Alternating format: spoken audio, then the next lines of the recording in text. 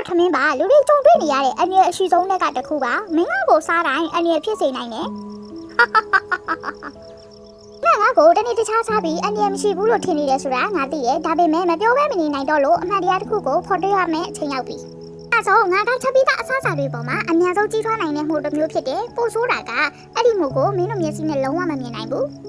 အဲ့ဒီမိုက Bacillus cereus လို့ခေါ်တဲ့အစိတ်တစ်မျိုးနဲ့ကင်ဆာဖြစ်စေနိုင်တဲ့အခြားအစိတ်များကိုထုတ်လုပ်တတ်ပြီးအချိန်ကြာလာတဲ့နဲ့အမျှအစာအိမ်မအီမတာဖြစ်ခြင်းနဲ့အသက်ကင်ဆာတို့ကိုဖြစ်စေနိုင်တယ်။အဆုကထမင်းကိုချက်ပြီးရင်ရေကတိတာထဲမှာတင်ထားပြီးနောက်နေ့တွေထိစားကြတယ်။ဒါပေမဲ့အမှန်က24နာရီကျော်သွားရင်မစားသင့်တော့ဘူး။ဒီကပုံပုံများပြားလာနိုင်ပြီးတော့အပူပေးပြီးရင်တော့မပြတ်စည်းတဲ့အစိတ်တွေထုတ်လုပ်တတ်တာကြောင့်ထမင်းကိုအပူပေးရင်တော့အဲ့ဒီအစိတ်တွေကနေမကောင်းဖြစ်စေနိုင်ပါတယ်။ဗန်နိုင်ငံကဒီအချက်ကို1921မှာသိရှိခဲ့ပြီး Rice လို့ခေါ်တဲ့ဥပဒေတရထုတ်ပြန်ခဲ့ပါတယ်။အာရှလူများစုကထမင်းကြံမစားကြဘူးလို့လည်းပြောထားပါတယ်။ဗီဒီယိုလေးကိုအဆုံးထိကြည့်ပြီးပြီဆိုရင်တော့ like and follow လေးလုပ်ခဲ့ဖို့လည်းမမေ့နဲ့နော်နောက်ကပိုကောင်းတဲ့ဗီဒီယိုလေးနဲ့ထပ်တွေ့ကြမယ်နော်။